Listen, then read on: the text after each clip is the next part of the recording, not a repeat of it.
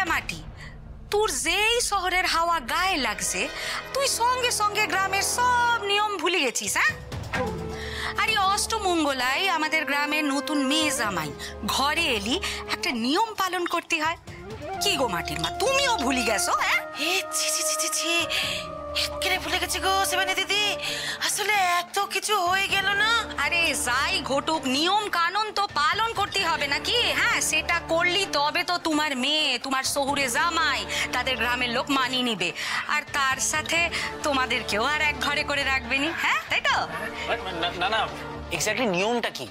I want to know the নিয়ম। What is the নিয়ম? বলতেছি তার আগে দাঁড়াও। এই শোন, মইটা নিয়ে আসছিস তো? হ্যাঁ, ফুল বেলপাতা দিয়ে সাজাইছিস? দেখ ঠিক করে সাজাইছি কিনা দেখ। দেখো বাবা, আমাদের গ্রামে না একটা নিয়ম আছে, অষ্টমঙ্গলায় যখন মেয়ে জামাই আসে তখন একটা মইকে ফুল বেলপাতা দিয়ে সাজায় পুজো করতে হয়। তার জন্য তোমাদের একটা কাজ করতে হবে, তোমাদেরকে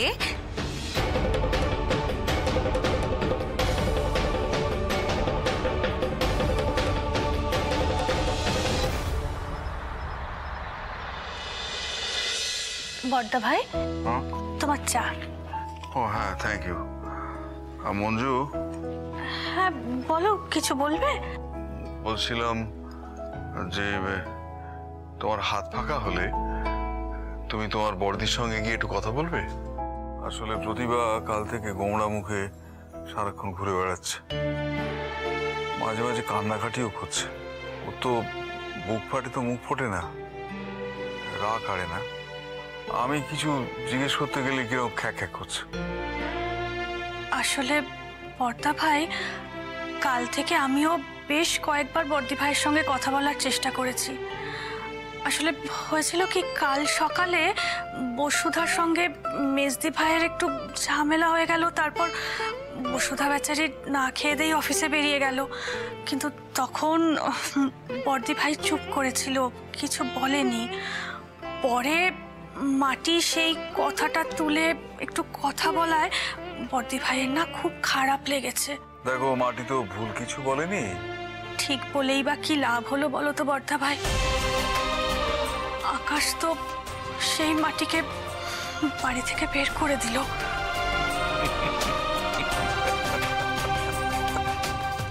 ওমা, কি হলো, তুমি হাসছো কেন? আকাশ মাটিকে ঘর থেকে বের করে দিচ্ছে। আকাশকে একমাত্র আমি চিনি, তোমরা কেউ চেনো না। মানে এমন কথা কেন বলছো বড়দা ভাই? কারণ আমি যে জানি আকাশ যাই করুক না কেন কোনো অন্যায় কাজ সে করতে পারে না। তোমরা সবকিছু কেবল ওপর দিয়ে দেখো, ভেতরে ঢুকে দেখবার চেষ্টাই করো না। কাল শুধু মাটি কি বাড়ি ফেরেনি, আকাশ কি ফিরেছে? আকাশও ফেরেনি। তার মানে কি দাঁড়ালো?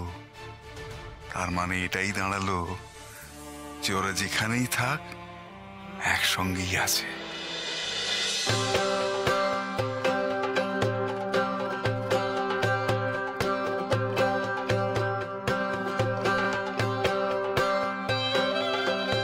ব্যাস, বুঝে গেছো তো?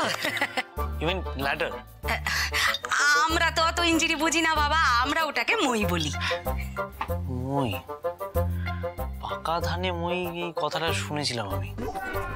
আপনি একটু চুপ করবেন? আচ্ছা, করলাম, কিন্তু এই মইটা দিয়ে কি করতে হবে? আমি বলতেছি বাবা, আমি বলতেছি, ওই যে আমাদের গ্রামে না একটা নিয়ম আছে গো, ওই নতুন মেয়ে জামাই অষ্টমঙ্গলা এলি তো তাদের ওই একটা মই কাঁধে নিয়ে ওই গ্রামের বাড়িতে বাড়িতে ঘুরতে হয় গো। ওই গ্রামের সব লোক ওই মইয়ের একটা করে খোপে একখান করে ডালা রেখে দেবে।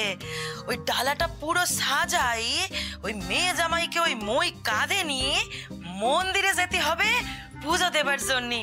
হ্যাঁ, আর যতটা সোজা মনে করতেছ ততটা কিন্তু নয় গো বাবা। ইন্টারেস্টিং, ভেরি ইন্টারেস্টিং, একদম পিওর ভিডিও কন্টেন্ট এটা।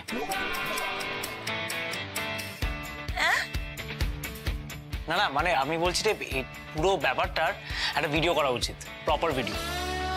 না না না না না না, ও সব ভিডিও টিডিও করতে যেওনি গো বাবা।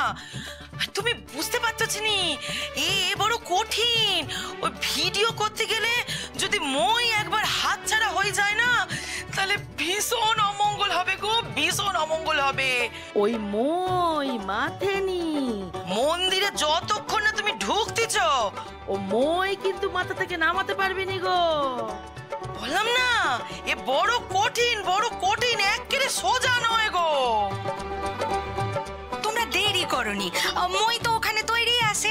তোমরা স্নান করি, নতুন জামা কাপড় পরি, মইটা মাথায় নিয়ে বেড়ায় পড়ো। তারপরে গ্রামের লোকের ঘরে ঘরে যাবি, পূজার ডালা নিবে, তারপরে একদম সময়ের মধ্যে পূজা মিটিয়ে দিতে পারলে সব সমস্যা মিটে যাবে। তবে বাবা হ্যাঁ, একটা কথা, মানে ওই পূজার ডালা যদি ভর্তি না হয় কিংবা সঠিক সময়ে যদি পূজা না দিতে পারো, তাহলে কিন্তু একটু অন্য ব্যাপার হবে, মানে আমাকে একটু অন্য রকম করে ভাবতে হবে, এই আর কি।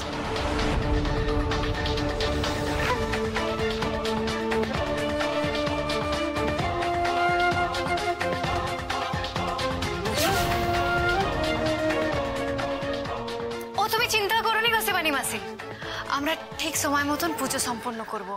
আর আমি কথা দিতেছি, আমরা দুজনে সব নিয়ম ঠিকঠাক করে পালন করব। আমি তো জানি তুই তো আমাদের মাটি, হ্যাঁ, তোর কেরামতির জন্যই তো এত কিছু।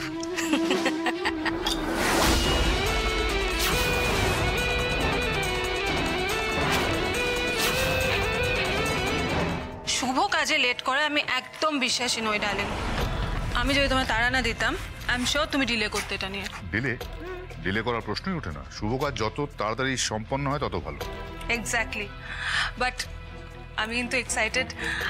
এই বাহানায় আমাদের ছোট্টখাট্ট একটা ডেট হয়ে যাচ্ছে, মানে জমি তো দেখা হবে, তার সঙ্গে আমরা দুজনে লং ড্রাইভে যাব, গ্রামীণ পরিবেশে প্রাণ ভরে নিঃশ্বাস নেব।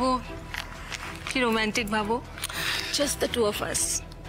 কস তোরা গ্রামে যাচ্ছিস? হা হা হা, গ্রামের কথা শুনেই না মনটা কিরকম আকুলি বিকুলি করে উঠলো। তুই তো জানিস আমি কিরকম গ্রামের প্রেমিক। হ্যাঁ, আসলে কি হয় তো বলতো, এই ওই পলিউশনের জঙ্গলে থেকে থেকে না দম নিতেও ইচ্ছে করে না।